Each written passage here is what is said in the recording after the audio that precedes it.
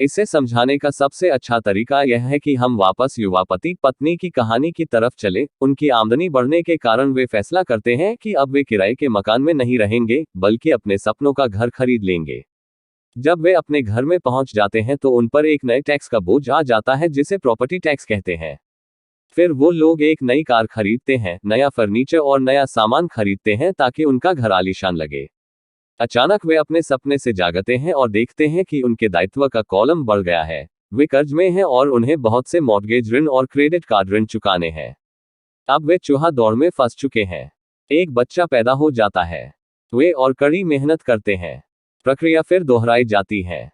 ज्यादा पैसा आता है, उस पर ज्यादा टैक्स लगता है, जिसे ब्रैकेट क्रीप भी कहा जाता है। तभी उनके पास डाक में एक और क्रेडिट कार्ड आ जाता है। वे उसका इस्तेमाल करते हैं। वह खत्म हो जाता है। तभी एक लोन कंपनी का आदमी आकर उन्हें बताता है कि उनकी सबसे बड़ी संपत्ति, उनके घर की कीमत बढ़ गई है। कंपनी उन्हें एक बिल कंसोलिडेशन लोन देने का ऑफर देती है, क्योंकि उनकी क्रेडिट बहुत अच्छी है। कंपनी उन्हें यह भी बताती है कि समझदारी इसी में होगी कि वे अपने ऊंची ब्याज दर पर लिए गए कंज्यूमर लोन को उनके क्रेडिट कार्ड से चुका दें। और इसके अलावा उनके घर पर लगने वाले ब्याज से उन्हें टैक्स में छूट भी मिलेगी। वे ऐसा ही करते हैं और ज्यादा ब्याज दर वाले क्रेडिट कार्ड का भुगतान कर देते हैं। इसके बाद वे राहत की सांस लेते हैं। उन्होंने क्रेडिट कार्ड का हिसाब साफ कर दिया है। अब उन्होंने अपने उपभोक्ता ऋण को होम मॉर्गेज में बदल लिया है। उनका भुगतान भी कम हो जाता है, क्योंकि उन्हें अपने कर्ज को 30 साल की किश्तों में चुकाना है। समस्या से निपटने का यही स्मार्ट तरीका है। उनके पड़ोसी आते हैं और उन्हें शॉपिंग पर चलने का नेता देते हैं। मेमोरियल डे की सेल लगी हुई है। यही तो मौका है कुछ पैसे बचाने का। वे अपने आप से कहते हैं, मैं कुछ नहीं खरीदूंगा, मैं तो सिर्फ देखने जा रहा हूं। परंतु अगर कोई चीज जम जाए तो उसे खरीदने की उम्मीद में वे अपने क्रेडिट कार्ड को ले जाना नहीं भूलते। मैं ऐसे युवा दंपति से हर समय टकराता हूं। उनके नाम बदलते रहते हैं, परंतु उनकी पैसे की तंगी एक सी ही रहती है। वे मेरी चर्चाओं में यह सुनने के लिए आते हैं कि मैं इस बारे में क्या कहता हूं। वे मुझसे पूछते हैं, क्या आप हमें बता सकते हैं कि और ज्यादा पैसा कैसे कमाया जा सकता है। उनकी खर्चीली आदतों ने उन्हें और ज्यादा कमाने के लिए मजबूर कर दिया है। वे इतना भी नहीं जानते कि दरअसल समस्या पैसा कमाने की नहीं है, पैसा सही तरह से खर्च करने की है, और यही पैसे की तंगी का कारण है। यह समस्या इसलिए पैदा होती है क्योंकि उनमें पैसे की समझ नहीं होती। यह समस्या इसलिए और भी भयानक हो जाती है क्योंकि वे संपत्ति और दायित्व के फर्क को नहीं समझ पाते। मेरा मानना है कि ज्यादा पैसे से शायद ही कभी किसी की पैसे की समस्याएं सुलझती हैं। समस्याएं समझदारी से सुलझती हैं। मेरा एक दोस्त बार बार कर्ज में फंसे लोगों को यही सलाह देता है। अगर आपको लगता है कि आपने अपने आप को किसी गड्ढे में फंसा लिया है, तो गड्ढा खोदना बंद कर दो। मेरे डैडी बचपन में हमें बताया करते थे कि जापानी 3 ताकतों को मानते थे: तलवार की ताकत, रत्नों की ताकत और दर्पण की ताकत। तलवार हथियारों की ताकत का प्रतीक थी। अमेरिका ने हथियारों पर खरबों डॉलर खर्च कर दिए हैं और इसी कारण वह आज विश्व में सबसे ताकतवर देश है। रत्न पैसे की ताकत का प्रतीक है। इस कहावत में कुछ तो सच्चाई है। यह स्वर्णिम नियम याद रखो: जिसके पास स्वर्ण है वही नियम बनाता है। दर्पण आत्मज्ञान का प्रतीक है। जापानी दंतकथा के अनुसार यह आत्मज्ञान इन तीनों में सबसे कीमती वस्तु थी। गरीब और मध्य वर्गीय लोग अक्सर धन की ताकत से नियंत्रित होते हैं। वे सुबह सुबह उठकर कड़ी मेहनत करने यानी नौकरी करने चले जाते हैं और खुद से यह तक नहीं पूछते कि क्या ऐसा करना समझदारी है। पैसे की समझ न होने के कारण ज्यादातर लोग पैसे की डरावनी ताकत को यह इजाजत दे देते हैं कि वह उन्हें काबू में कर ले। पैसे की ताकत उनके विरोध में इस्तेमाल होती है।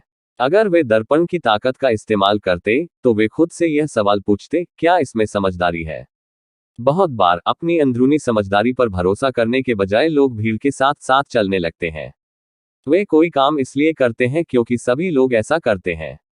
वे सवाल पूछने के बजाय नकल करने लगते हैं। अक्सर वे नासमझी के कारण वही दोहराते हैं जो उन्हें सिखाया गया है।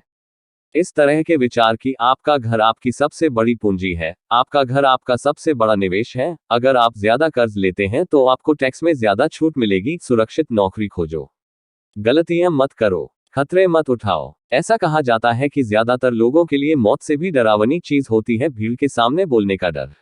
मनोवैज्ञानिक कहते हैं कि ज्यादातर लोग सार्वजनिक मंच पर बोलने से इसलिए डरते हैं क्योंकि उन्हें यह डर होता है कि उनकी बुराई होगी, लोग बाग उनकी हंसी उड़ाएंगे, वे अकेले रह जाएंगे, सबसे कट जाएंगे और बिरादरी से अलग थलग कर दिए जाएंगे। सबसे अलग होने का डर या अकेले रह जाने का डर ही वह सबसे बड़ा कारण है जिस वजह से ज्यादातर लोग अपनी समस्या हल करने के लिए नए तरीके नहीं ढूंढते।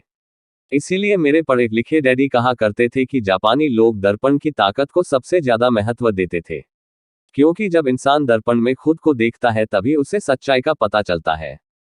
और ज्यादातर लोग खतरे मत उठाओ इसलिए कहते हैं क्योंकि वे खुद डरे हुए होते हैं।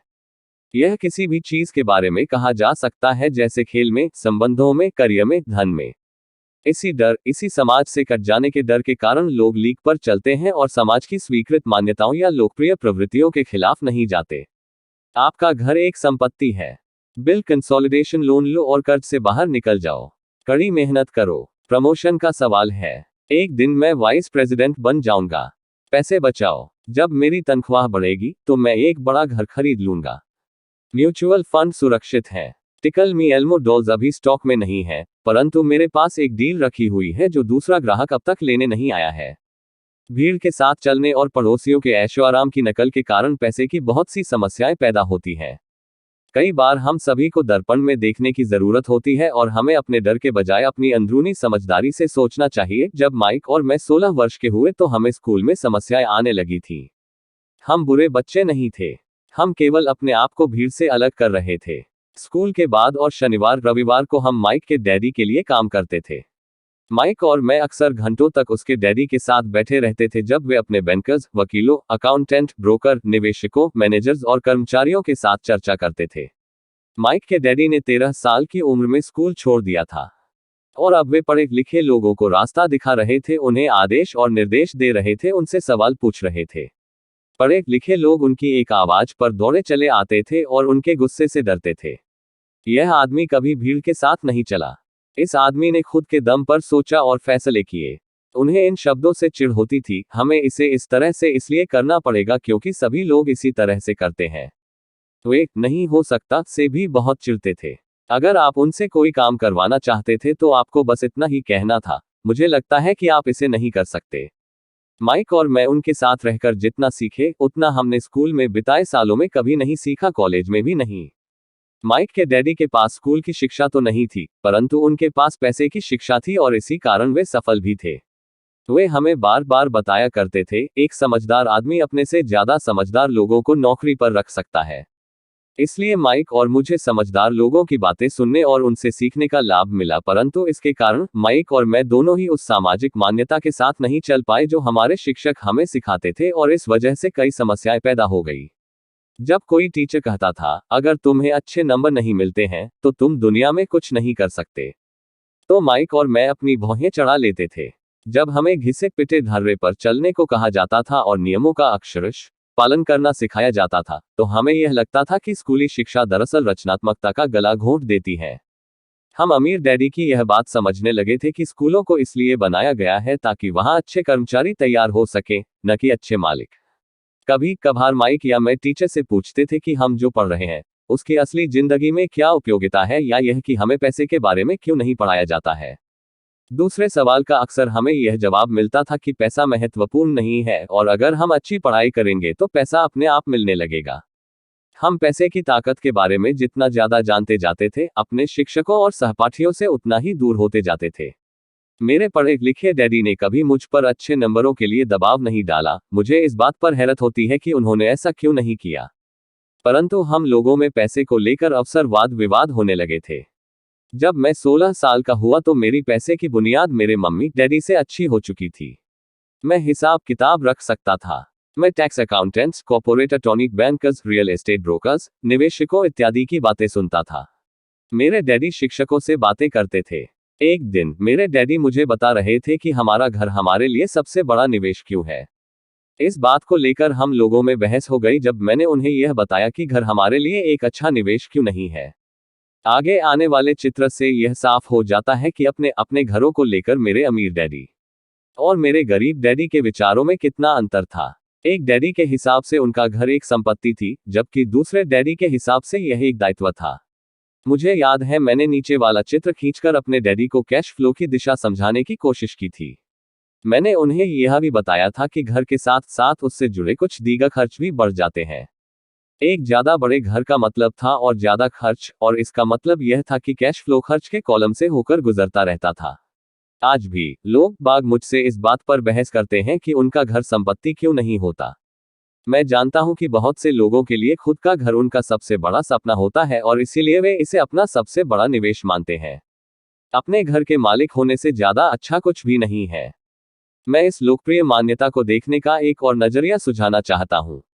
अगर मैं और मेरी पत्नी एक ज्यादा बड़ा और आलीशान मकान खरीदने की बात सोचते हैं तो हम जानते हैं कि यह एक संपत्ति नहीं होगी बल्कि एक दायित्व होगा, क्योंकि इससे हमारी जेब से पैसा निकल जाएगा। तो यह रहा मेरा तर्क। हालांकि ज्यादातर लोग मुझसे सहमत नहीं होंगे, क्योंकि घर एक भावनात्मक चीज होती है और जब पैसे का सवाल आता है तो भावनाएं पैसे की समझ को हरा देती है। मुझे व्यक्तिगत अनुभव से पता है कि पैसा हर फैसले को भावनात्मक बना देता है। जब घर की बात आती है तो मैं यह बताना चाहता हूं कि ज्यादातर लोग उस घर की कीमत चुकाने के लिए जिंदगी भर काम करते हैं जिसके वे कभी पूरी तरह मालिक नहीं होते। दूसरे शब्दों में, ज्यादातर लोग एक घर खरीदने के कुछ सालों बाद दूसरा घर खरीदते हैं और हर बार पहले मकान के लिए जो कर्ज वे लेते हैं उस पर उनके पास हर बार फिर से 30 साल का नया कर्ज हो जाता है। हालांकि लोगों को मॉर्गेज पेमेंट पर ब्याज के लिए टैक्स में छूट मिलती है, परंतु वे अपने दीर्घ खर्चों के लिए टैक्स के बाद मिलने वाले डॉलरों का उपयोग करते हैं। अपनी मॉर्गेज पूरी तरह चुकाने के बाद भी मेरी पत्नी के मम्मी डैडी को धक्का लगा जब उनके घर का प्रॉपर्टी टैक्स $1000 प्रति माह तक पहुंच गया। यह तब हुआ जब वे रिटायर हो चुके थे और इस बढ़ोतरी से उनका रिटायरमेंट के बाद का बजट गड़बड़ा गया और उन्हें मजबूरन मकान बदलना पड़ा। घर की कीमत हमेशा नहीं बढ़ती। मेरे कुछ दोस्त हैं जिन्होंने अपने घर के लिए कर्ज लिया था। उन्हें $10 लाख से भी ज्यादा का कर्ज चुकाना है, पर आज उस घर की कीमत $7 लाख से ज्यादा नहीं है। सबसे बड़े नुकसान अवसर गंवाने की वजह से होते हैं। अगर आपका सारा पैसा मकान में फंसा रहता है तो आपको ज्यादा कड़ी मेहनत करनी पड़ती है ताकि आपका खर्च चलता रहे। इस दौरान आपके संपत्ति वाले कॉलम में कोई बढ़ोतरी नहीं होती है। अगर एक युवा पति पत्नी शुरुआत में ही अपना पैसा संपत्ति वाले कॉलम में लगाएं तो उनके आगे के साल आराम से गुजरेंगे, खासकर उस समय जब वे अपने बच्चों को कॉलेज में भेजेंगे। इस दौरान उनकी संपत्ति भी बढ़ जाएगी और उनके खर्चे भी आराम से चलते रहेंगे। अक्सर ऐसा होता है कि आपका घर आपके बढ़ते हुए खर्च के भुगतान के लिए होम इक्विटी लोन का साधन बन जाता है। संक्षेप में, अपना घर खरीदने का फैसला बहुत खर्चीला पड़ता है। इसके बजाय बेहतर यह होगा कि जल्दी ही इन्वेस्टमेंट पोर्टफोलियो बना लिया जाए। किसी आदमी पर इसका असर कम से कम 3 तरह से पड़ता है। 1. समय की बर्बादी, क्योंकि इस दौरान दूसरी संपत्तियों का मूल्य बढ़ गया होता। 2. अतिरिक्त पूंजी की बर्बादी, जिसे दोबारा निवेश किया जा सकता था, जबकि घर खरीदने से आपको घर से सीधे जुड़े बहुत से खर्च उठाने पड़ते हैं। 3. शिक्षा की बर्बादी, अक्सर ऐसा होता है कि लोग यह मानते हैं कि उनके संपत्ति वाले कॉलम में उनका घर, बचत और रिटायरमेंट प्लान आते हैं। चूंकि उनके पास निवेश करने के लिए पैसा नहीं होता, इसलिए वे बिल्कुल भी निवेश नहीं करते हैं। इस कारण उन्हें निवेश का अनुभव कभी नहीं मिल पाता। ज्यादातर लोग कभी एक समझदार निवेशक नहीं बन पाता और सबसे बढ़िया निवेश सामान्य तौर पर सबसे पहले समझदार निवेशकों को बेचे जाते हैं, जो बाद में उन्हें सुरक्षित खेलने वाले लोगों को बेचते हैं। मेरे पढ़े लिखे डैडी का फाइनेंशियल स्टेटमेंट चूहा दौड़ में फंसे व्यक्ति का सबसे अच्छा उदाहरण है। उनके खर्च हमेशा उनकी आमदनी से ज्यादा होते थे, इसलिए उन्हें संपत्ति में निवेश करने का मौका ही नहीं मिलता था। इसका नतीजा यह होता था कि उनके दायित्व जैसे मॉर्गेज और क्रेडिट कार्ड के कर्ज उनकी संपत्ति से कहीं ज्यादा होते थे। अगला चित्र 1000 शब्दों की तरह एक कहानी बताता है। दूसरी तरफ मेरे अमीर डैडी का फाइनेंशियल स्टेटमेंट यह दिखाता है कि वे जी जान लगाकर निवेश कर रहे थे और उन्होंने अपने दायित्वों को कम से कम रखा था। मेरे अमीर डैडी के फाइनेंशियल स्टेटमेंट से यह भी पता चलता है कि अमीर लोग और ज्यादा अमीर क्यों बनते हैं। संपत्ति वाले कॉलम से इतनी ज्यादा आमदनी होती है कि खर्च आराम से चल जाता है और कुछ पैसा बच भी जाता है। इस बचे हुए पैसे को एक बार फिर से संपत्ति वाले कॉलम में दोबारा निवेश कर दिया जाता है। संपत्ति वाला कॉलम बढ़ता रहता है और इससे होने वाली आमदनी भी बढ़ती रहती है। नतीजा यह होता है, अमीर लोग और ज्यादा अमीर होते जाते हैं। मध्य वर्ग के लोग हमेशा पैसे की तंगी से जूझते रहते हैं। उनकी मूल आमदनी तनख्वाह से होती है और जैसे जैसे उनकी तनख्वाह बढ़ती है, उनके टैक्स भी बढ़ते जाते हैं। इसके साथ ही आमदनी बढ़ने पर उनके खर्च भी बढ़ जाते हैं, इसीलिए इसे चूहा दौड़ कहा गया है। यह लोग मानते हैं कि उनका घर उनकी मूल संपत्ति है और इसीलिए वे आमदनी दिलाने वाली संपत्ति में निवेश नहीं करते। आज की कर्जदार सोसाइटी 2 बातें मानती है। पहली यह कि खुद का घर एक निवेश होता है, और दूसरी यह कि तनख्वाह बढ़ने पर खर्च भी बढ़ना चाहिए या एक ज्यादा बड़ा घर खरीद लेना चाहिए। बढ़ते हुए खर्च के कारण परिवार ज्यादा कर्ज में फंस जाते हैं और उन्हें पैसे की और ज्यादा तंगी का सामना करना पड़ता है, हालांकि वे अपनी नौकरियों में लगातार तरक्की कर रहे हैं और उनकी तनख्वाह लगातार बढ़ती जा रही है। इसे हाई रिस्क लिविंग या बहुत जोखिम भरी जीवन शैली कहा जाता है, और इसका कारण यह है कि ऐसे लोगों में पैसे की समझ नहीं होती। 1990 के दशक में नौकरियों में भारी कटौती से यह बात पता चली कि मध्य वर्ग पैसे के मामले में कितना असुरक्षित है। अचानक कंपनी पेंशन प्लान की जगह पर 401 के प्लान आ गए हैं। सोशल सिक्योरिटी निश्चित रूप से संकट में है और इसे रिटायरमेंट का सहारा नहीं बनाया जा सकता। मध्य वर्ग में घबराहट का माहौल पैदा हो गया है। आज एक अच्छी बात यह है कि ज्यादातर लोग यह बातें समझते हैं और इसलिए उन्होंने म्यूचुअल फंड खरीदना शुरू कर दिया है। निवेश में हुई बढ़ोतरी के कारण ही हमने स्टॉक मार्केट में इतनी तेजी देखी है। आज मध्य वर्ग की बढ़ती मांग को पूरा करने के लिए नए म्यूचुअल फंड बनते जा रहे हैं। म्यूचुअल फंड इसलिए लोकप्रिय हैं क्योंकि वे सुरक्षा के प्रतीक हैं। औसत म्यूचुअल फंड खरीदने वाले आदमी नौकरी में, टैक्स और मॉर्टगेज चुकाने में, अपने बच्चों की कॉलेज की फीस